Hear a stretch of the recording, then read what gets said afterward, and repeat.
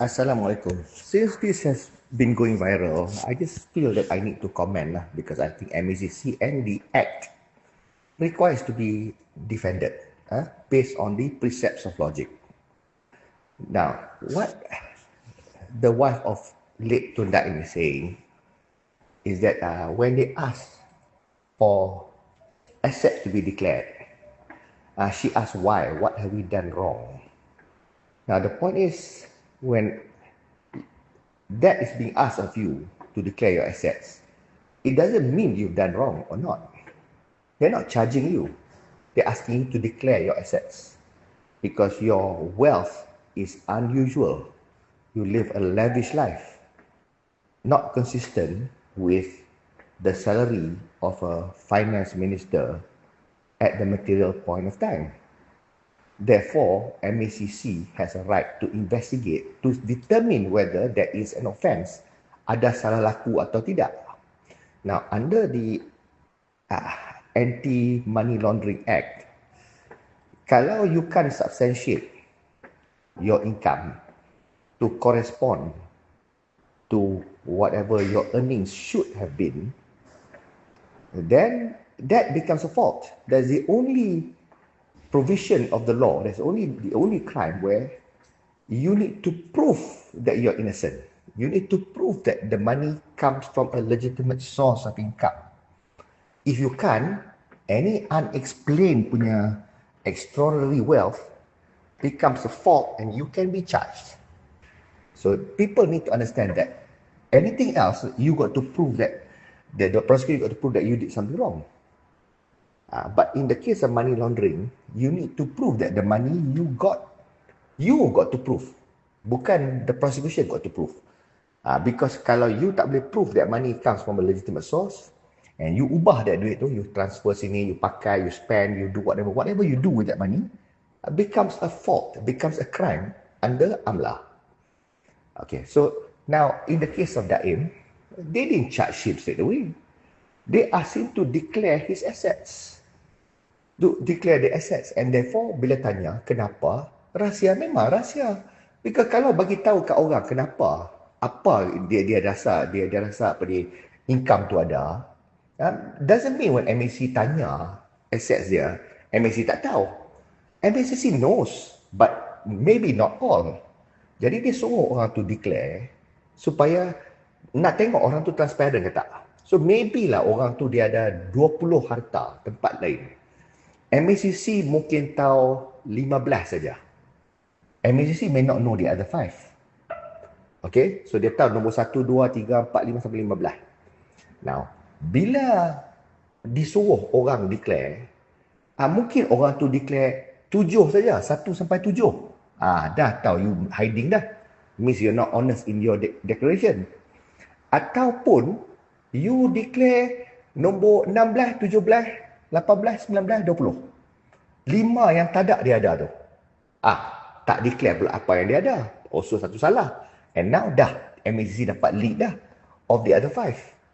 Jadi the point is, kalau MACC so you declare assets and you ada you punya assets, what have you got to hide if you did nothing wrong? Declare je lah. So now the fact that she says that, kalau kata rahsia, then how are you to defend yourself? Nampak tak? That answer tells you that you're guilty as sin. Why are you suddenly talking about defend? Have they charged you? They didn't charge you. They didn't charge you for corruption. They asked for your asset, to declare your asset. Then why are you talking about defense? Why are you so concerned about rahsia? You don't even need to know why they want to know. You just declare your assets. That's it. There's nothing to hide, right? But unless you have something to hide, then you want to strategize on what to hide. You want to only tell them what you think they know, because you don't want to be caught lying. But what they don't know, you would rather not lie. So this is where liars, thieves, corruptors, the most important information to them is to know where they can lie and get away with it. Whatever they can't lie and they can't get away from it, then they will make apologies or try to justify another way because they cannot deny. They will not deny whatever that is known, but whatever that's not known, they can just deceive. They can just lie. So this is where Daim and wife wanted to do what they wanted to do. They want to see where they can lie. What is it the MACC know? They want to know. But surely that is rahsia. Kalau polis nak investigate ke, nak bust some crime ke apa ke, apa, bagi WhatsApp ke, notify, I'm going to investigate you for this, I'm going to bust you tonight, stand by. Mana ada macam tu? Obviously, to nail any crime, there is an element of surprise from the enforcement and the law. Law tak, sorry, only enforcement. Law memang dah kat situ lah. You get caught, charged under that law, you kena, ada penalty dia. Tapi the enforcement is always a surprise. Why? Because orang tu tak boleh kena tahu lah, because you got to outsmart the criminal.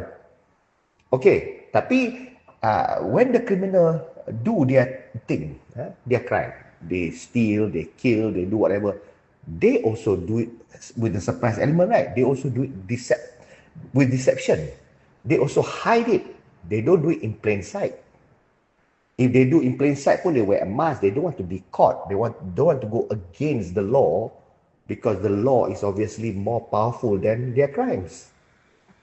Jadi, in this particular case, komplain pula, marah pula, masuk kat keluar sekejap pula, yang dia tak bagi tahu rahsia dia. How are you supposed to defend yourself? Oh, salah MACC pula, tak bagi tahu apa sebab. Let's not digress the issue, let's not confuse the issue.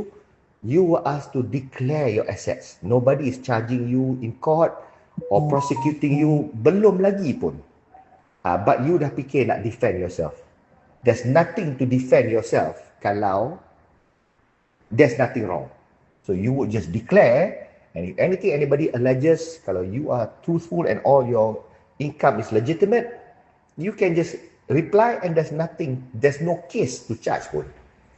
Jadi baguslah Syaril dengan KJ ni panggil this lady kan, naik ke pentas. And when she speaks like this, literally you're stripping yourself lah. People know you're guilty as hell. Kalau orang dengar apa aku cerita ni, people will understand so, because your responses are indication on whether you're guilty or not. And therefore, apa soalan KJ? Ada kes ke apa? Ada salah ke tak? Her answer indirectly gives the answer. Memang you are corrupted. Enough said. An invitation, International Day of Persons with Disabilities, Wednesday, 3rd December 2025, 1200 to 14:30 hours.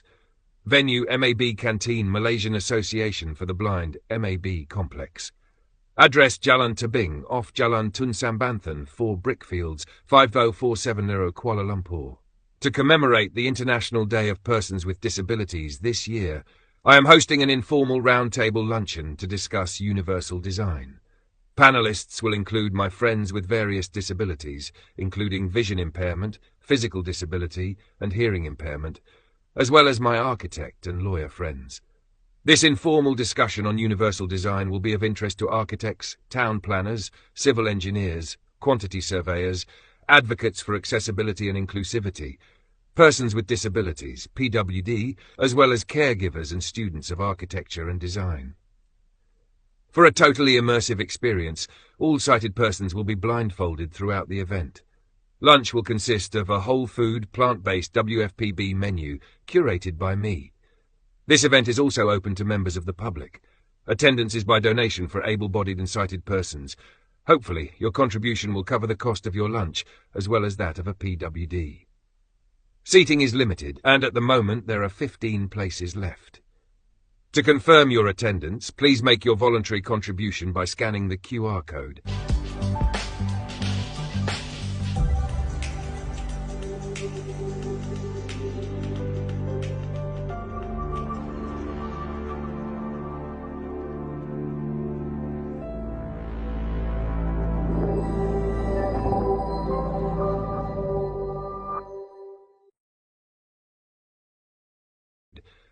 If you're unable to attend but wish to support this event, feel free to make a small donation, not more than 5% of your monthly income.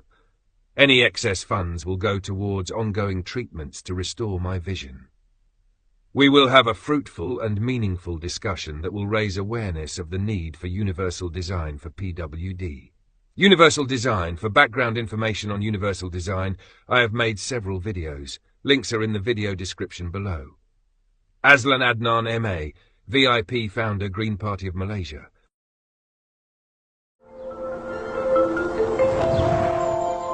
International Day of Persons with Disabilities, Wednesday, 3rd of December 2025.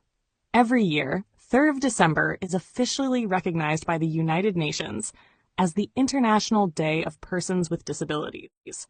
It has been observed globally since its proclamation in 1992 under UN General Assembly Resolution 4730. The day promotes understanding of disability issues, supports the dignity, rights, and well-being of persons with disabilities, and raises awareness of the importance of inclusion in all spheres of life: political, social, economic, and cultural.